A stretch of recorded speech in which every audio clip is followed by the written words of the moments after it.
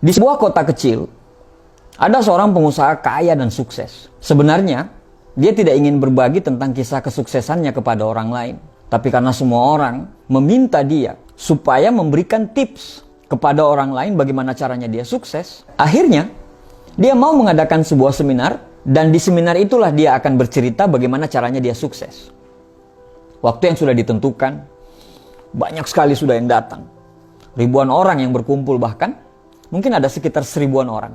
Mereka berkumpul dalam satu ruangan, semua orang kelihatan antusias untuk mendengarkan bagaimana caranya supaya pengusaha tadi itu bisa sukses.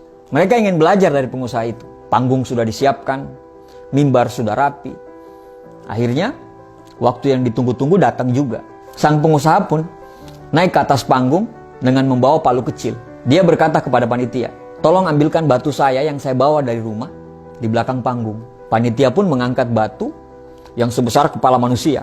Batu tersebut diletakkan di atas mimbar. Kemudian, pengusaha tersebut mulai memukul batu tersebut dengan palu kecil itu. Tanpa bicara, dia terus memukul batu tersebut.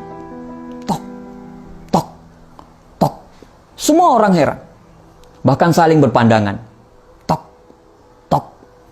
Mereka bertanya dalam hati, kapan dia mulai bicara? 15 menit berlalu, dia terus memukul batu tersebut dengan palunya. Tok, tok, tok. Orang-orang mulai gelisah. Bahkan ada yang mulai cemberut. Dan bahkan mulai ada yang meninggalkan seminar tersebut. Dia terus memukul batu tersebut. 30 menit berlalu, dia terus memukul batu tersebut. Tok, tok, tok. Orang-orang sudah mulai bosan. Bahkan kursi yang tadinya penuh, itu udah banyak kursi-kursi yang mulai kosong karena ditinggalkan orang. Mereka berkata, tidak ada gunanya kita berada di sini. Hanya melihat dia memukul batu tersebut. 1 jam berlalu. Orang-orang yang tadinya 1000 orang, itu tinggal setengah yang ada dalam ruangan. Tok, tok, tok, tok, tok. Dia terus memukul batu tersebut secara konsisten, tanpa bosan, dan tidak pernah berbicara. 2 jam berlalu. Di dalam ruangan yang tadinya ada sekitar 1000 orang, tinggal ada sekitar 20 orang. Dia terus memukul batu tersebut. Tok, tok, tok.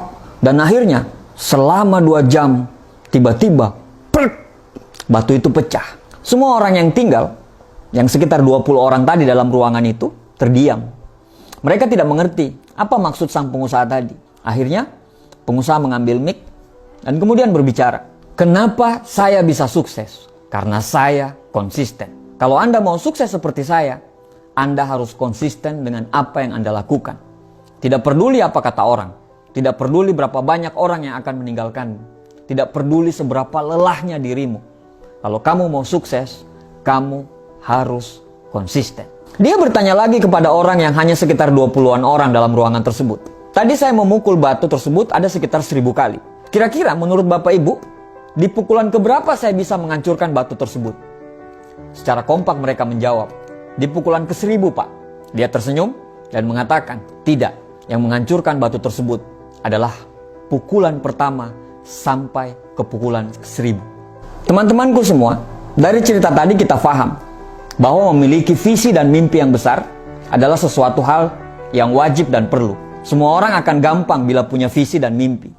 Tapi tidak semua orang bisa bertahan secara konsisten terhadap visi dan mimpi itu. Banyak orang yang cuma semangat di awal. Setelah itu, dia berhenti karena tidak konsisten. Konsisten butuh komitmen dan kesabaran.